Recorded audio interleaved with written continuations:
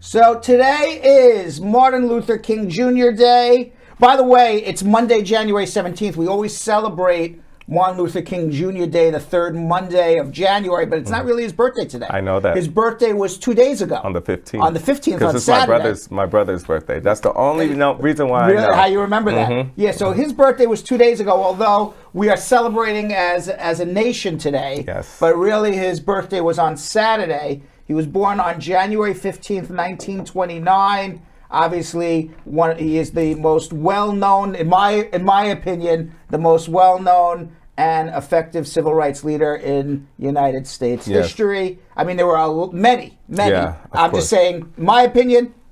Yeah, He's the top guy.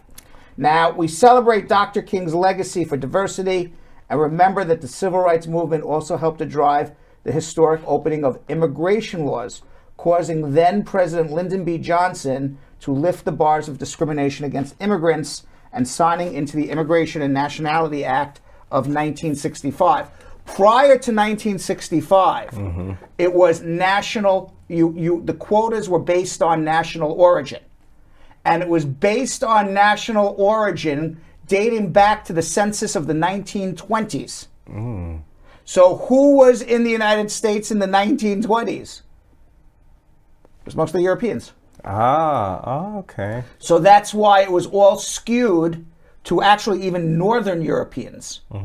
So not even Southern Europeans. It was actually discriminatory against Italians and Portuguese and Greeks, but it was all to benefit Northern Europeans. Certainly they were discriminating against minorities and everybody else, but they were even discriminating against other Europeans as well. Yeah.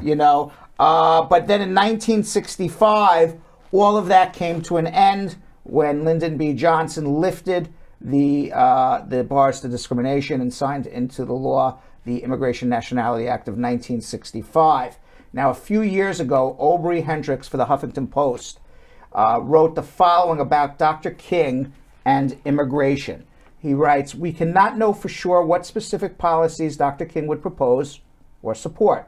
But first and foremost, we know that he would have had the same measure of concern for the welfare and security of undocumented immigrants that he held for all people of every rank, every religion, every race, and every nationality. That they and their children should have adequate food, shelter, clothing, health care, education, and suitable life chances." Lovely. Yeah.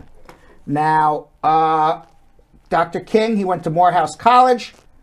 He earned a BA in sociology. He then attended Crozer Theological Seminary, following in his father's and grandfather's footsteps, earning a bachelor's of divinity.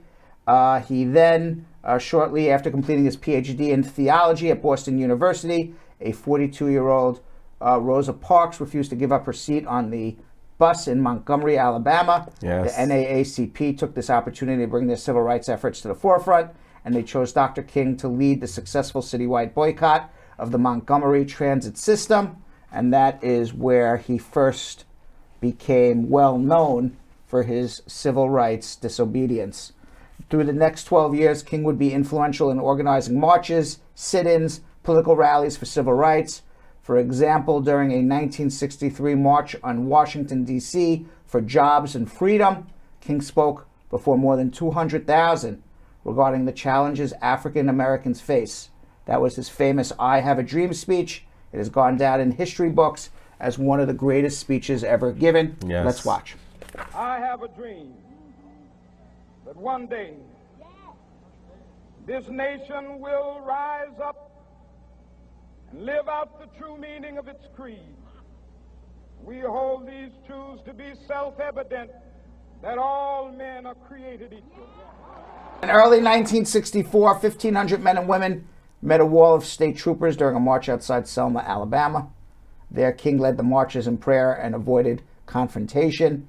He actually was following the civil disobedience of Gandhi from India. On July 2nd, President Lyndon B. Johnson signed the Civil Rights Act of 1964, outlawing discrimination based on race, color, religion, sex, national origin. That same year, Dr. King became the youngest recipient at age 35 to ever win the Nobel Peace Prize. Wow. King died April 4th, 1968, when James Earl Ray assassinated him in Memphis, Tennessee. He arrived in Memphis with the Southern Christian Leadership Congress, and they were supporting a sanitation workers' strike. They stayed in the Lorraine Motel, and unfortunately, James Earl Ray's bullet struck King on the balcony while he was outside on the balcony. Riots, violence followed. President Johnson would call for peace, referring to Dr. King as the apostle of nonviolence. So, there's all different ways to celebrate his life. We could talk about his legacy, talk about what he did for the United States, what we can do to preserve what he did and improve what he did. Yeah. We could also learn. We can watch documentaries. There's a documentary, King. It's a filmed record from Montgomery to Memphis. There's the books, the autobiography of Martin Luther King Jr., edited by Claiborne Carson, Bearing the Cross, Martin Luther King Jr. and the Southern Christian Leadership Conference, the Smithsonian Institution in Washington and the Library of Congress in Washington are both looking for volunteers to digitally transcribe historical documents involving African Americans, the civil rights movement, and Dr. King specifically. AmeriCorps.gov has a searchable database of volunteer opportunities.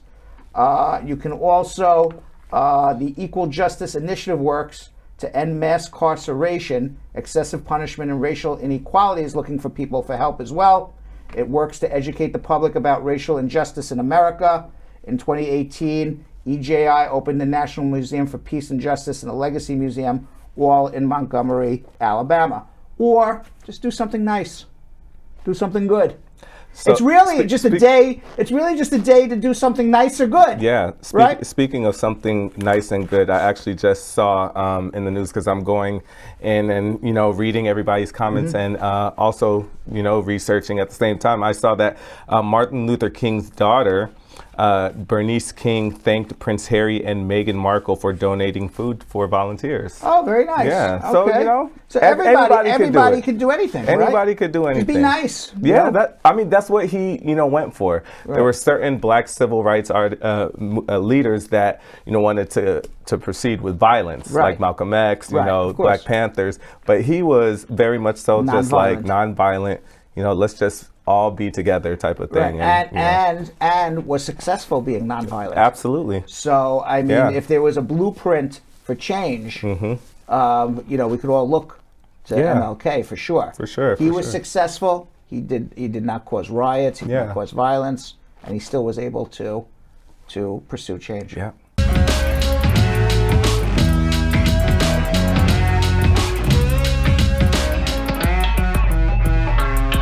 Thanks for watching. For more Bradshaw Live, like and subscribe to our YouTube channel.